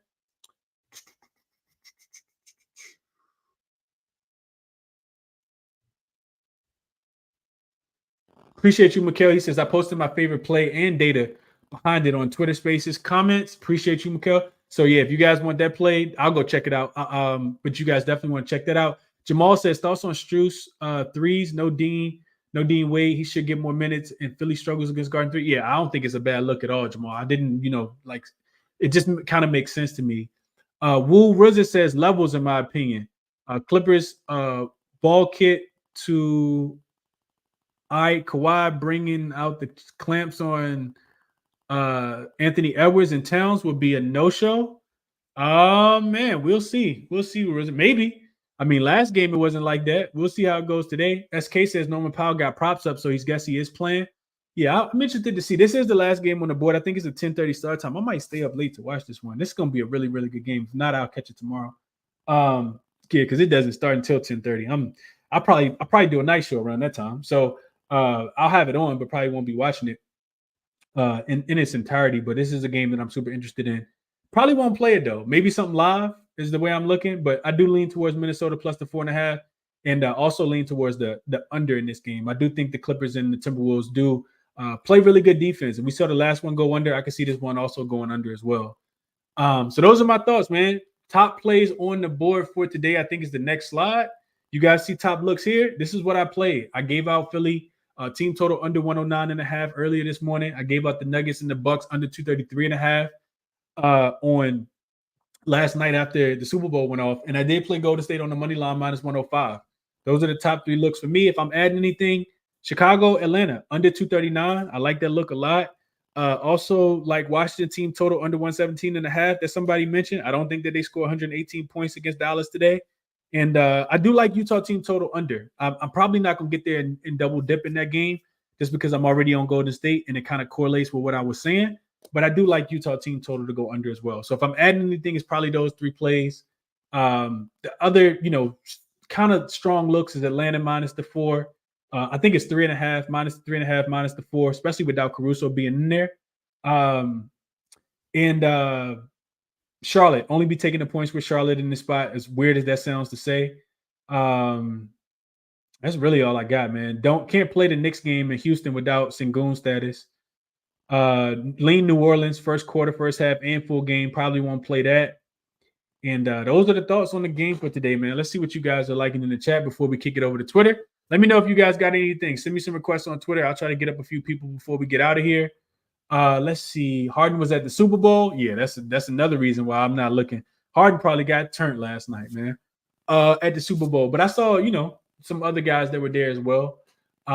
Prolific says he's liking the Pels first half spray. He said if it ain't broke, don't fix it. Point Blank says Daniel Gafford over 11.5 points is his lock. Okay, we won't use that word, but best of luck. I hope you cash it. Dante says Sengun is in. Okay. Sengun being in, definitely want to take the points with the Rockets, I think, in my opinion. He means a lot. Definitely, you kind of want to see what's going to happen with Hardenstein, but if Hardenstein's not in, I mean, that New York Knicks team is so depleted right now. Tariq says Clippers is a good parlay piece with Atlanta. I could see that happening, Tariq. And then Tasha says she likes the Clippers as well. Brian says he got the Clippers first half and full game, so people liking the Clippers for sure. And Brian says, great show, Chris. Love to chat. Let's get it tonight, people. Jose says revenge spot for the Clippers. Let's look into that. Let's see how well the Clippers do in revenge spots this season. Because I'm not necessarily saying you want to fade the Clippers. I do think that I know that they play good against opponents that have a really strong win percentage. Let's see. The Clippers are 11-8 straight up, 11-8 against the spread when they're playing against a team that has a 55% win percentage or better. Let's just see if their opponent win percentage is greater than their win percentage. So when they're playing up the competition, the Clippers if they're playing a team that has a better record than them, 8-7 straight up, 7-8 against the spread. They won the last two. They beat the Thunder and they beat the Celtics. They lost to the Timberwolves, lost to the Celtics, lost to the Thunder the 3 games before. So if that trend continues, lost to the Thunder, lost to the Celtics, lost to the Timberwolves, then beat the Timberwolves, then beat the Thunder, beat the Celtics. They should beat the Timberwolves tonight. So I guess I kind of see what you guys are saying there. Not enough for me to put my money on it. And real quick, let's look at the revenge angle real quick. So Clippers in a revenge angle this season.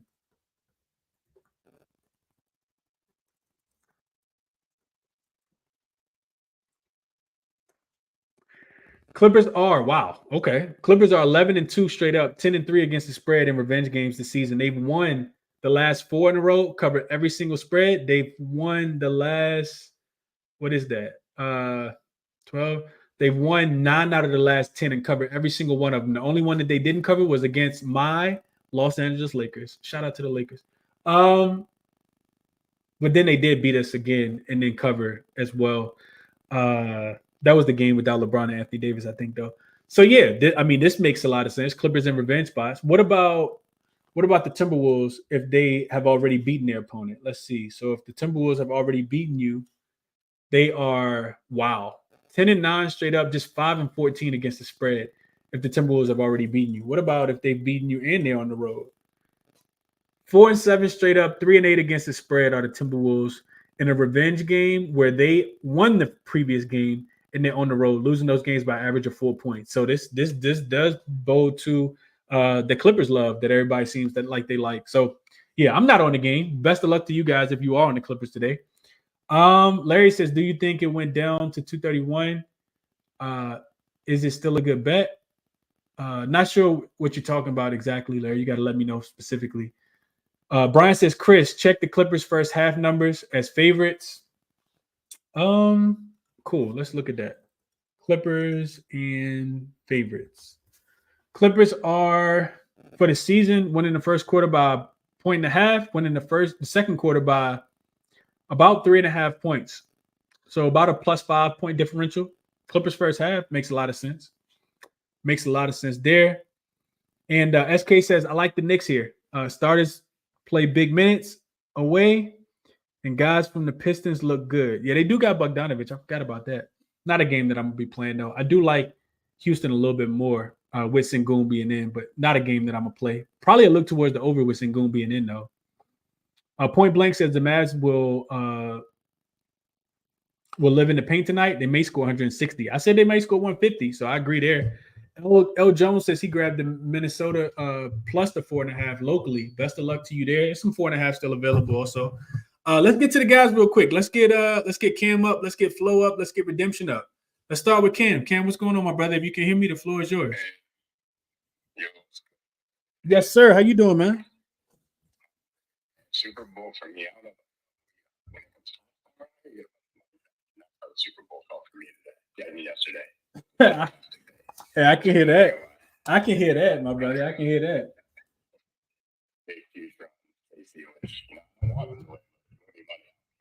Absolutely. Yeah, let's get into it. So I got a bunch of plays. Excited about the cap. Over the last little bit, I wanted some work to do, so I wanted to make sure I didn't have the cap today. So my first, it's in the end game. My first play for the NBA game is just Miles Turner over 1.5 threes. I really like the plus money. Basically, Charlotte is a bottom 5 team at threes allowed and 3-point percentage. Also, I look at Charlotte and I think, who's going to step up? I know they just got Grant. I think Grant straight up. But like, who's really going to step up? I think PJ Washington was kind of one of those guys. Nick Richards is glued to the paint, so I just really like just let it fly from out there. I was turned too deeply on hidden threes recently because to me it didn't feel consequential. In case anybody wondered. Same with Scotty Barnes over 1.5 threes, plus 134. Again, plus money is pretty decent. He takes just around 3-4 a game, and same thing. You talked about this game, so thank you. You covered a lot of the Spurs woes, right? They don't really defend well at all. And same thing, I think they're allowed 14 threes a game on the road. And you can go look at Scotty right now. You can go look at Cam. Scotty's only hit 2 threes twice in the last 5 games. Yeah, it doesn't, for me, that's not what I was looking at. It's more about the opponent that he's facing in this case. And when you look at who he has played for the last few games, some pretty tough defenses, to be completely honest. Like Cleveland emasculated us. Houston, we crushed, but we did not play for the game. Charlotte, that was a weird one. Like, there was some good defenses, OKC. So I'll give him a little bit of a break. And I think the plus money is what I really like about that. I do think we cover. It's very hard for me to bet any Raptor size at this point. I get it wrong basically every time. So I just, prefer not to be worried about losing money if we win by 4 or 5 or something because we decide not to play the whole game. Brandon Miller over 19.5 points. This was Brandon Miller under 20 points against that. Not going to get into it. If you've been watching Brandon Miller play recently, he's getting enough shots up. That's for me. I think his number is going to just trend to being over 20 eventually throughout the whole year. So I just wanted to catch it there. And then Tyrese Halliburton, 12 assists. Same idea. We're getting minus 115 right now. He plays. That's just been butter.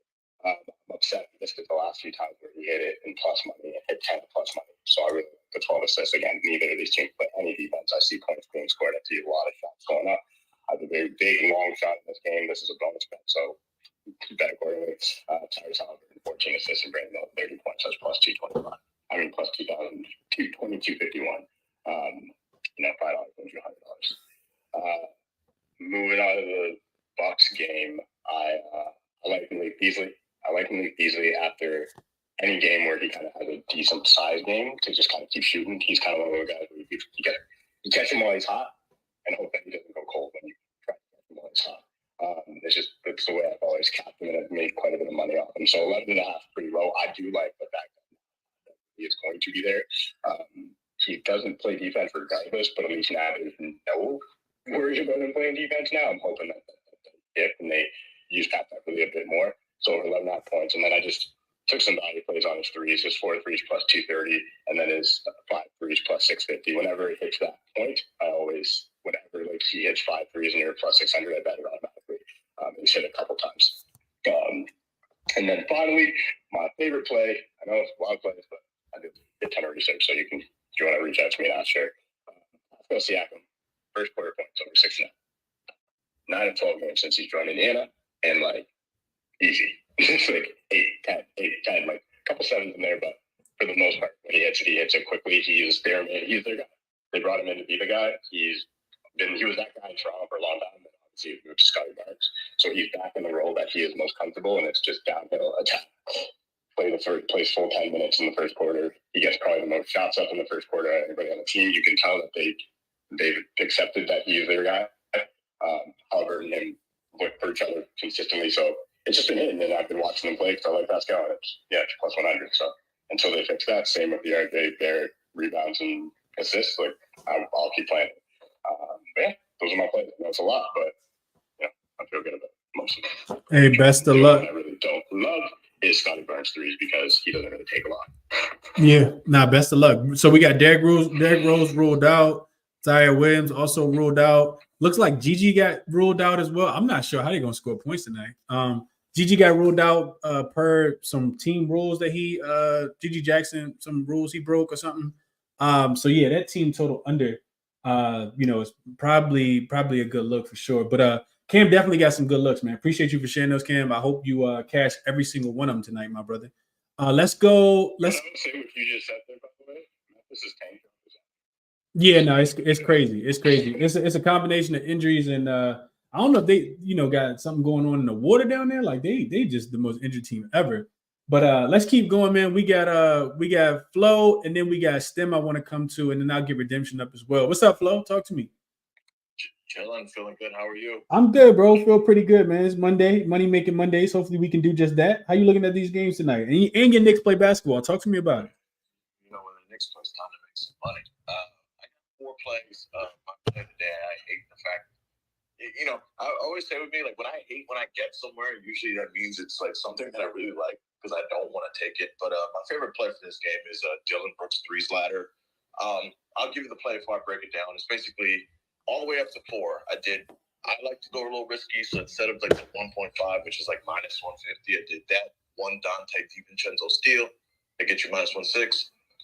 FanDuel, the 3-3s at 200. And I do think the Knicks bounce back today. They've quietly lost 3 or 4. I think there's a big bounce back spot. I think that's why they're kind of pushing Hardenstein to play if he plays. So I took his 4 threes plus the Knicks money line for a sprinkle 10-31. The reason is basically with OG gone, they're basically reverting back to being a bad defense again. The same defense that was giving up spot up 3-pointers to shooters, especially small forwards on the wing. I gave that last game with Neesmith. Neesmith hit 3. And we're looking at a trend now where the last 7 small forwards have hit 3 threes versus the Knicks. Dylan Brooks, as hideous as it is in the last 7 career matches versus the Knicks, has 3 threes and 6 of them. And also without Fred VanVleet, I've noticed also that he's playing 30-plus minutes in the last 3 games. This year, when your man Dylan plays 30 minutes, he's actually over 1.5 threes and 6 of 7, and he has 3+ threes and 5 of 7. So really like this spot. He's at home, too. He tends to shoot better at home as well. He also tends to make more threes when Fred isn't in the game. So really like that. And for the Dante DiVincenzo steal leg, it's basically because without Dante out there, it's a lot of Jalen Green running the show, Aaron Holiday running the show, Ahmed Thompson running the show. And they've given up, it's a crazy stat, they've given up a steal to 14 of the 15 starters they've played in 3 games without Fred VanVleet here. Like, that's pretty remarkable. So I really like the Dylan Brooks threes ladder. Going on a limb here, this is just a gut feeling, which is Jalen Brunson 6.5 assists, which is so low. It's such at a great price too. It's like at -108. But he only had 4 last game. I think that he's gonna look back at the tape of that game and see that like he's kind of being a little bit of a ball hog. Like he finally like has teammates he can pass to. Like Bogdanovich is there, Burks is there. Like it almost felt like he needed a game to adjust to the fact that like Precious Achua and Miles McBride weren't like playing alongside him. Like, no, you actually can pass to the perimeter, and the guy's probably going to make the shot now. Like, I still think that like teams are going to put up that wall. And Jalen's points are in a boost today, so I like the assist before. So I like it even more now because I think like this is a perfect game. The Rockets in the last month have kind of gone from a good defense to like bottom 10 defense. I won't say they're like 9th worst. They play 9th quickest pace, and they also are pretty bad in transition as well. So I really like that. And the last one, just a revenge angle if he plays, is Hardenstein's 8.5 rebounds. I took the 8.5 rebounds. It's at plus 105 on DraftKings. One, that's remarkable value. Like plus value for Isaiah Hardenstein was like one of the best rebounders in the league. And 2, it's because of Tom Thibodeau. Because I know there's no scenario that Isaiah Hardenstein is playing and it's not 35 minutes. Like Thibodeau's a weird cat like that, where it's like you're either if you can't play 36 minutes, you're not good to go. Like he's never going to greenlight a guy who can only go 20 minutes or 22 minutes. It's like 38 minutes or nothing. So yeah, I think this will be a good game. I think the Knicks will win. So if he's playing out there and he's not getting 36 minutes against a bad rebounding team, I don't see how he doesn't grab 9. So those are my looks. Just to recap, it's Dylan Brooks threes to the moon. It's Brunson's assist on a hunch. It's Hardenstein's rebounds. And yeah, I like the Knicks to win tonight. So that's what I'm rocking with. Okay. Hey, Flo always gonna have the analysis for y'all. He watched the Hawks. I mean, he watched the Knicks like a hawk watching, some prey on the ground. So he gonna always have the looks for y'all with the Knicks, man. Best of luck to you tonight, Flo. Appreciate you for sharing the looks, my brother. Yes, sir. Appreciate it. Absolutely. Let's go Stem. What's the Stemmy for tonight? What's up, Stem? What's up, Chris? How are you today? I'm good, man. How about yourself? How you doing? Doing well. Can't complain. I got 2 plays I'm bringing in today. Okay. So we'll start with Georges Niang. A little bit of a redemption game here. He's already played us once this year, but he's playing the Sixers tonight. Line's 1.5, non-juice. I mean, 115 is pretty solid of a line. He cleared it last game. He played us. I'm expecting him to get some extended tick tonight, considering we're without Toby. I mean, we just do not look ourselves. I'd expect them to probably get ahead early tonight. I mean, even if not, he averages around 18 to 20 minutes or within that range, and he puts up enough volume to clear that. So I love his over 1.5. 3+ has value at plus 300 as well. But Georges should have a nice night. Really like him to knock down some threes against his former squad. And then moving on to Micic. I might be pronouncing it wrong, but I think that's right. Hornets, I think that's right. He was an absolute problem overseas. He's extremely crafty, great facilitator. Has a ton of value tonight. I'm playing his upside, so instead of taking his base, I'm taking his 8+ assists paired with his 5+ points on MGM at plus 500. And I'm also taking his over 9.5 assists at plus 1,100 on Fanatics. Double-doubles around plus 1,700, but I opted to be a little safer there and take away the 10 points and go with the 10 assists fully. But if you haven't watched him play for anybody, he's extremely crafty. He's somebody that should get some extended tip with the Hornets this year as well.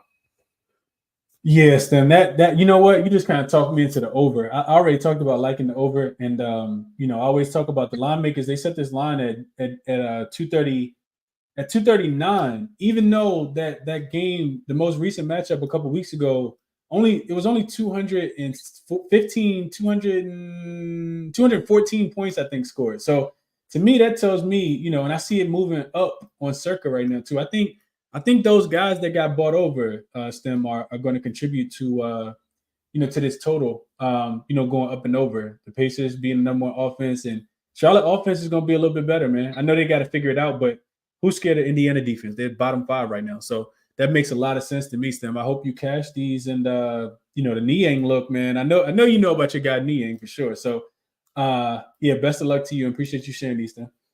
Absolutely. Have a great night, guys. Absolutely, my brother. All right, let's go. Redemption. What's going on, my brother? How you? How you doing, Chris? I'm okay. I'm good, bro. I won't complain at all, man. I won't complain. Hey, can I ask you a quick question about the spaces? Yeah, absolutely. What you got? So when I request, for some reason, like, you go mute. Is that like normal? Like, that's why I always leave and come back if you ever notice. I think it is. Isaiah Hartenstein just got ruled out. Jericho Sims is in. It's very normal. Yeah, I think it's normal. Yeah, I think it's normal. When I've joined other spaces, I think it does that just for a quick second, and then gets you connected. I think that's just the time it takes to get you connected, and then you'll be Okay, I fine. was just curious. Okay. Yeah. Thank you. Yeah, absolutely. All right. So I'm on Vince Williams assists. His potential assists were like 14 and 16 the last 2 games. And if you look, he's been covering. His line is 4.5. He's been covering the last, I think, 3 or 4 games. So I'm on that. That's like a straight for me. I got a lotto for the people. I know people love lottos as always. I got a double lotto. So Gafford, he's going up against the Wizards. Narrative too. The Wizards ain't rebounding shit. And then I got the Thompson twin, Amen. And if he played his game log, no matter what, his double is a good play in my opinion. So I'm on them too for a double leg. And that's it. Oh, and I got one more thing actually. Jamal Murray. I would like. That's a lead for me. I'll probably take it a lot. Say that last one more time, Redemption. My phone rang. You said Jamal Murray, and then I cut out. What'd you say? I said I would take I would just wait to see how the game goes. But I like his point today. But I've been having a lot of success during the live. So if he start off slow, I'll probably take him because in the first quarter he only plays like 5 or 6 minutes, and then he comes back in the second quarter. So I always look at it as a live look. So yeah, it makes a lot of sense. Yeah, they try to Mike Malone been trying to stagger his minutes for the non-Jokic minutes, so that makes a lot of sense. Okay, hey, best of luck tonight, Redemption. Hope you cash these, bro. Hey, I appreciate you putting me on as always. I appreciate the follow too, my bro. Absolutely, bro. Absolutely, man. You grinding out here. You need some recognition, man. Let's go. Let's go, Shane. Shane been requested for a minute. I don't think Shane never been up here before, but we'll give him a shot real quick, man. See what Shane got to bring to the table. If we can get him connected. Looks like Shane is not connected. Nah, Shane won't let you connect, my brother. JLE, Bo 8. What's going on, bro? How you? We're good. What's going on? You got to look for the people? Yeah, I just joined, so I don't know if it's said, but I was betting on Trey Mann's points. I mean, I got it last night at 9.5. It's all the way up to 11.5 now. So I don't know if it's still there, the value, but I mean, he's starting. Played 27 minutes last game. It's a perfect matchup against the Pacers, like fastest pace in the league. I mean, it's the Hornets. Like they just got Bridges and Miller, but he doesn't really have any competition for like minutes as a guard. So I feel like 9.5 points where I got it is like really, really good line for him. And his points plus assists is also at 17.5 right now. And he had 9 assists last game too. So I know I laddered his points. I did 10 points, 15 and 20, but I think right now I go points plus assists because I feel like he could easily get that just with the points alone. So it's just really good value. Makes a lot of sense. Would you? So right now, if you had to play a jelly, would you take his points plus assists, or would you just focus in specifically on the points and just take it at the 11.5? Let's see, his points plus assists at 17.5 minus 106 on FanDuel, and then his points is at 11.5 -15. So I'll probably go points plus assists for him. Points plus assists. I don't think it's a bad look. I don't think it's a bad look at all. He did ball out in that last game, and that was against a Memphis defense that had been playing pretty good. Now, like you said, you get a fast-paced offense and a pretty poor defense, and this should be a track meet, man. I low-key want to I don't want to add too many plays, but I do like the over. I think this game goes about 245. I do think Charlotte offense is and I shouldn't be afraid of it because I feel like Charlotte offense is going to be producing a little bit more points. Indiana probably going to overlook them in this spot, and the best time to buy on Charlotte is probably right now before the market adjusts to all of those guys. They don't have an accurate number that they can put for all of these offensive guys that they just got, but the offensive efficiency numbers should go up. So I like it, JLE. Best of luck to you tonight, bro. I got one more. Oh, yeah, one more? What you got? So I'm a Knicks fan. I watch all the Knicks games. Like Dante DiVincenzo's line right now is at 18.5. They got Bogdanovich and Burks, but DiVincenzo's been playing 40 minutes for the last 5 games. I know they got more options now, but I mean, Brunson's still a little banged up. I think 18.5 is just way too low. You look at his game log, like he's averaging I think he's averaging 28 points the last 8 games. He's taking like crazy amount of threes. He's averaging like 18 shot attempts. And I mean, I feel like it's just can't really pass this up the way he's been playing. And like with the minutes and volume, like he's like basically the second option on the Knicks right now besides Brunson. And Brunson, again, is a little banged up. So I'm laddering him. His 20 plus is plus 105. I'm laddering him all the way up to 30 at plus 800. But I don't really have any stats on like how the Rockets are against like shooters like him. But he's really been like all over the place lately. It's just too easy to play. Yeah, I mean, you're playing it off volume alone. It makes a lot of sense as well, especially with Brunson being banged up. That makes a lot of sense, bro. Okay. Hey, best of luck, JLE. I appreciate you requesting up and sharing the looks, man. Hope you go 2-0. Let's go, Godspeed. Godspeed, talk to me. How you, bro? What's good, Chris? How you been? I'm good, bro. It was a pretty profitable week last week, man, without a show. But I'm glad to be back, man. How you? Good, man. Been grinding outside on Twitter. Personal grind, getting to it. I like it. But still trying to get some money, man. The money is there for us to go take. Absolutely. So I'm gonna give y'all my prop of the day, and I'm gonna give y'all my threes. My prop of the day. This line has moved, but it's playable at 6.5. DeJounte Murray over 5.5 assists. I don't know what the line is right now. You could use it as a parlay piece, but I'm pretty sure it's pretty juiced. He's over 5.5 in 8 out of the last 10 games, averaging 7.1 assists. He's over 6.5 in 7 out of the last 10 games. In that span, he's averaging 14.3 potential assists. And the Bulls, they're giving up the 9th most assists on the season to the shooting guard position. So I like DeJounte Murray to get his assists. I've been trying to play with like a new scheme. I think it was actually in your spaces where somebody came up and said it makes sense to take assists at home. So I've been really looking at a lot of players at home because typically the other guys play well. So if you got the role players playing well in their shots, it should be easier to get assists. And I've had some success with that so far. So I like DeJounte and Atlanta at the crib. And then my threes parlay, I took all these guys for 2 and for 3. When you take them all for 2, it's a plus 718 on FanDuel. And when you take them all for 3, it's a plus 8,200. I would recommend that you round robin that by 2s. But Victor Wembanyama, the first guy, 2 threes in 8 out of the last 10 road games, 3 threes in 2 out of the last 3 road games. He had 2 threes already on Toronto. Jakob ain't stepping out there to contest no threes, so I'm going with Wemby. He's been kind of consistent getting that 2 threes. A 3 is a little bit of a stretch, but he comes through more than often with 2 threes. The next guy is Brook Lopez. It's 2 threes. They already seen Denver, and he had 5 threes. Brook Lopez is one of those guys that play better at home. I like taking his threes at home. I've cashed multiple times at the game in Milwaukee with Brook Lopez. So you can't talk about Brook Lopez at the crib versus Nikola Jokic, who isn't going to step out there and contest any threes. So I like Brook.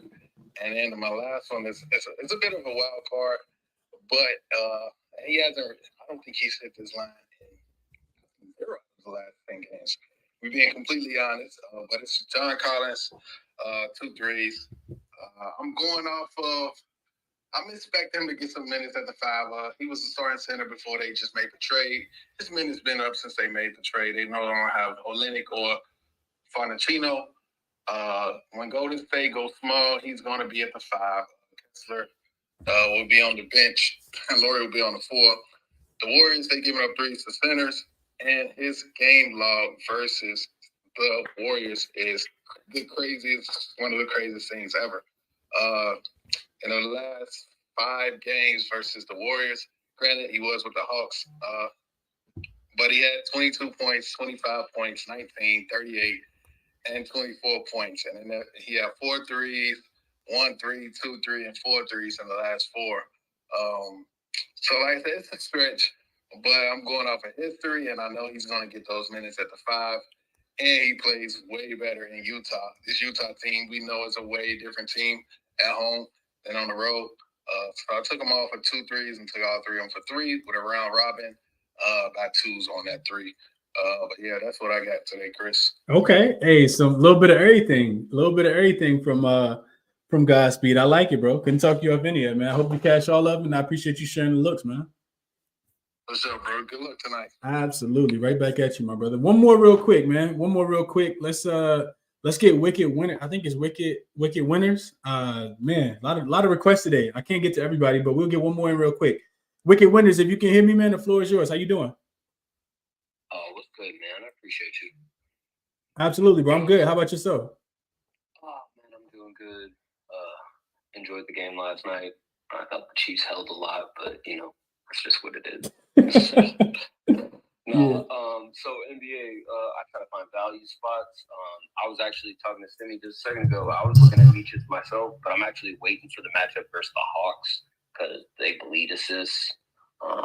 So I'm patient on that. I do think 4.5 is too low, and I think he's latterable. Just waiting on a better matchup. I am on Kuminga assists. It's sneaky. No one's really talking about it. His role is changing by the game. Like, if you really watch him, they're starting to use him in the short roll like they used to use Draymond. I still do, but he's starting to get more of those short roll looks because they want to get him catching the ball, free throw line, where he can take one dribble and lay it up. Mm-hmm. But now, because of the way he's been scoring for the past, I don't know, month and a half, whatever it's been a while now. Teams are starting to change their defenses. And he's starting to pass more. I think he hit in 5 out of the last 6. Last game he didn't hit. He had 2 assists, and he had 8 potentials over the last 6 games. He's averaging like 7.5, 8 potentials, somewhere in that range. So I think 3's too low. I'm not laddering. I just think that his role is growing, and I don't know if a lot of people know about Kuminga, but Kuminga was the number 1 player in high school. And reclassed up a grade. He actually skipped his senior year to go pro. So it's not like he's played off the ball his whole life. Most of the time, when he played AAU, he was the guy getting the ball. I mean, he was definitely able to play make for others. So I think it's just been an adjustment, and now we're just starting to see it. And I think the line will eventually either be like 2.5, minus 150, minus 160, or it'll go to 3.5 here pretty soon. Yeah, I could agree. I could definitely agree with that. I mean, his usage is up in general, and you could tell he's not trying to shoot the ball every single time that he gets it. He's trying to play make as well. So I love that look, Wicked. And like you said, I haven't heard anybody. I haven't been on Twitter all day either, or all week, so I haven't really seen anybody talking about it. But I anticipate you probably one of the few people that's on it and kind of paying attention to that. And the Jazz are, I think, number 1 in wing assists over the last 30 days. So it's just a spot that I got to play. I mean, I'm not big on playing guys with that kind of low volume, but sometimes, you got to play. Yeah, no, absolutely. Absolutely. Well, best of luck, Wicked. I appreciate you requesting up and sharing a look, bro. I appreciate you having me, Chris. Absolutely, dude. Absolutely. You too, man. All right, well, that's it for today, man. We came back with a bang. Been on here for 1 hour and 46 minutes. I did not expect it to go this long, but I did want to kind of give other people, the floor and the mic to kind of share their looks and how they kind of handicap the games as well, especially the player prop guys, because I'm more of a size and total guy. But you guys see the top looks on the board, man. I'm really close to putting a couple more things in as well. But the Bucks and the Nuggets to go under. Top play, Philadelphia team total under 109.5. That number's probably dropped with Tobias Harris not being in. So hopefully we get some CLV and we can cash on that one. And then I did take Golden State. Only team I played on the money line, stayed away from the spread, but it's literally a pick. So it's like taking the spread, but minus 105 for Golden State as well. Other top look, Chicago and Atlanta under the 239. Washington team total under 117.5. And Utah team total to go under.